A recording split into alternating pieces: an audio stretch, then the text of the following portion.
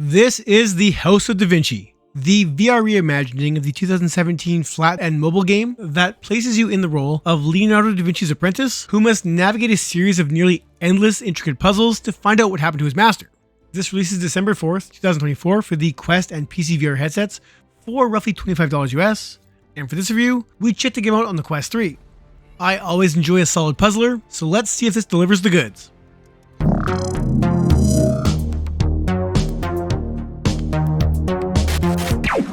Hey folks, Ryan for the VR Grid here, and before we get to it, if you enjoy our content, don't forget to do all the YouTube things to help us out, and if you can't get enough VR, join us live 9 PM Thursdays on this channel for the Virtual Boys podcast.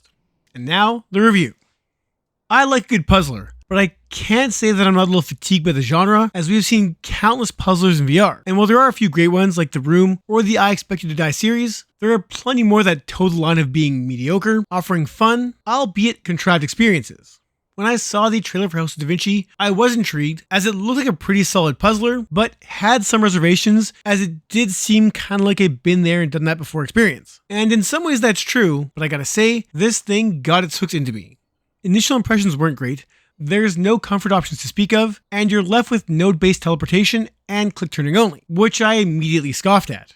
Now thankfully, locomotion isn't the name of the game here, as each puzzle is designed to be right before you. So while some rooms may have multiple locations to travel to and from, for the most part, once you're at a station, you're kind of there until you solve all of its puzzles. The opening moments of this game have you watching Davinci as he flies away from a tower after a large explosion, which begins your quest to get to that tower to find out what exactly happened. What ensues is a game that took me roughly 5.5 hours to get through, and is packed full of some of the most intriguing and in-depth puzzles I've ever had to solve. Outside of that limited movement system, the only controls here are your hands, and you'll have to grab at, poke at, prod at just about everything around you to solve whatever puzzle is next. There is an inventory system in place, which stores up to 4 items in your hand, and using the face buttons brings those up immediately for easy access. There's also a mechanism which allows you to view events from the past, or see mechanisms and markers not viewable by the naked eye, and those special abilities add a ton of depth to the puzzles here. It's all about using your wits and paying attention to your surroundings, as some puzzles can be fairly easy and others quite challenging, with a ton more falling somewhere in the middle. You'll have to be careful to check every nook and cranny available, make sure there aren't any hidden switches or buttons to push or dials to spin. Some items that you pick up may have to be manipulated further to make that item what you need to solve the next task. The game honestly does a great job at balancing all the mechanics, so every puzzle feels fresh, and when in doubt, don't forget to use that view mechanic, as it helped me get unstuck on more than a few occasions. I did find myself getting stuck a few times during the campaign, and should that happen to you, there's an optional hint system in place that will point you in the right direction, and probably save yourself some time. Though if you're like me, when you see that solution, you'll be kicking yourself, as once you see it, the solution's usually fairly obvious. Puzzle designs here are incredibly obtuse and make some of the more complex puzzles in the Resident Evil series look like child's play compared to what's here. Davinci clearly loves contraptions, at least as far as this game goes, as almost everything in here is connected to some mechanism in some way, and it's honestly a treat when these machines start moving on their own.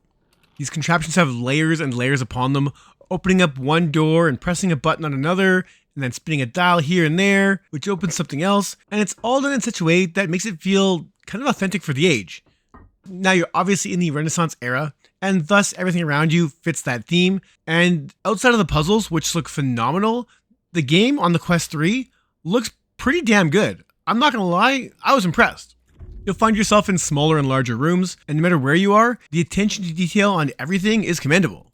For those that did play the flat version of this game, some of the puzzles remain the same, but the game has been entirely overhauled for VR, making these stages fairly immersive.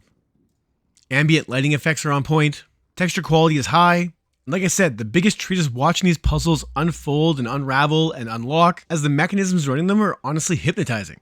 You'll find letters left behind by Davinci that are fairly easy to read, and I think one of the best parts of this game is that the further you get, the more complicated and complex the puzzles become, making it one of the most engaging VR puzzlers I've ever played. As far as audio design goes, everything's on point. It's a puzzler, there's not a lot going on. Once again, the most noticeable thing is just hearing all the clicking and clacking and whirring of these instruments as they do their thing. And there is an ambient soundtrack to play as well that just helps add to the mood. But for the most part, this is a solitary affair, and you're pretty much left in silence to figure things out on your own. And that's not a bad thing, as games like this really don't need a lot in the audio department to get the job done. I really can't say more than I have already about House of Davinci. outside of the locomotion options, which I get will turn some people off, is a phenomenal puzzler that I think fans of the genre will love. If you enjoy games like A Fisherman's Tale, or The Room of Dark Matter, or even classics like Myst or Riven, then I guarantee you're gonna love this, as this is honestly on par with those games, if not better in some cases. I'm gonna give the House of Davinci VR an 8.5 out of 10. The VR puzzler genre is crowded, but this one definitely stands above most others.